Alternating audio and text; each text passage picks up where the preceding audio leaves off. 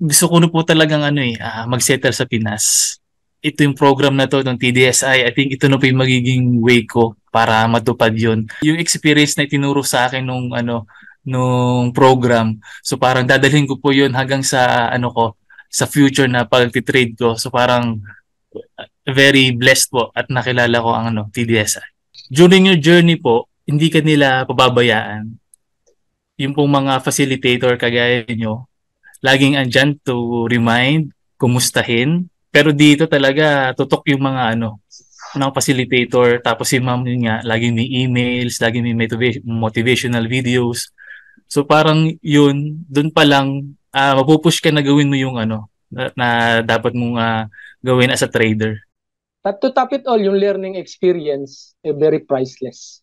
And if they want to try this global market, I can tell them that if I can, they can. Nagawa ko, kaya kaya niyong gawin. And there is no boundary to achieve what you want kung gusto mo talaga. Ang will, kailangan talaga may will. And then if they really want to try global market, invest in learning. Enroll at TDSI. Truly, yung expectations ko nung nag-join ako ng TDSI, talagang lahat doon nasagot yung mga uncertainties ko. From the very beginning na how to open a platform, anong platform ang pwedeng gamitin, anong brokerage ang pwedeng gamitin, alam mo yun, tapos yung process, yung procedures, every detail. Kaya talagang at some point, I'm so overwhelmed and so happy na talagang na encounter ko. Kaya truly TDSI is my saving grace, and now it's my parang new community na parang nasabi ko na I truly belong. Number one sa akin is yung growth. Alam mo ma'am, yung growth mo, TDSI will make it sure na our route as a trader will be firmly planted on the ground talaga, na hindi kami masishake ng basta-basta. Kasi yung pagkakatanim o yung pundasyon ba, ang ganda kasi yung approach ng teaching hindi lang siya nakafocus sa strategy. So, naka-incorporate din doon yung holistic approach nga ma'am yung mental, physical, and yung emotional aspect ng isang trader. So, yung three best things sa akin, yung best thing sa akin yung talagang monitor yung progress ko sa pagte-trade. Yung second, yung quality ng turo ni ma'am, talagang very practical.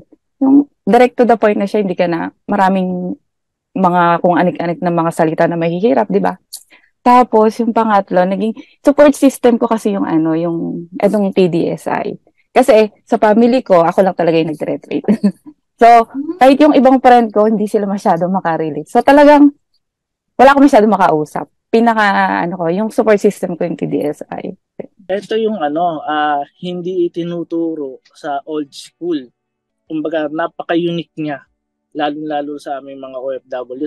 Ako personal na ko kasi wala namang ganitong program So, may mga pinalo ko na mga magagaling na trader din sa Pilipinas, pero iba yung atake ni ma'am dito nung binuo niya to is alam mo yung pinalano na hindi yung overnight lang na pinag-isipan, okay sige magtuturo ako sa mga Pilipino kasi may step by step from scratch to pro una yung mentoring talaga. Kasi napaka-importante na yung may magsasabi sa iyo kung tama o mali ang ginagawa mo Highly recommend maging TDSI din sila para yung trading journey nila will start at the right approach agad. Kasi malaking bagay yung meron kang nagme-mentor sa iyo o naggagabay sa iyo kung anong dapat mong gawin bilang trader. Kasi misconception ng iba pagka magte-trade ka, manood ka lang ng YouTube. Pero, iba. Iba yung TDSI.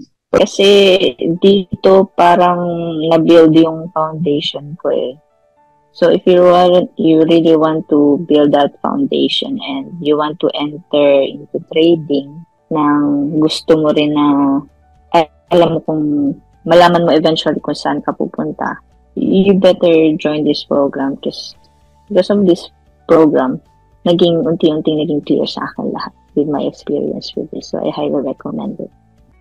And yung mga natutunan ko po dito is, for me, is lifetime ko na po siya magagamit. And then yung mga learnings po sa TDSI, masasabi ko po na mas more valuable po siya kaysa sa learning fee na in-spend po namin. Magagamit po talaga po namin siya as a extra income or future. Pag net-for good na ako, ito na po yung gagawin ko.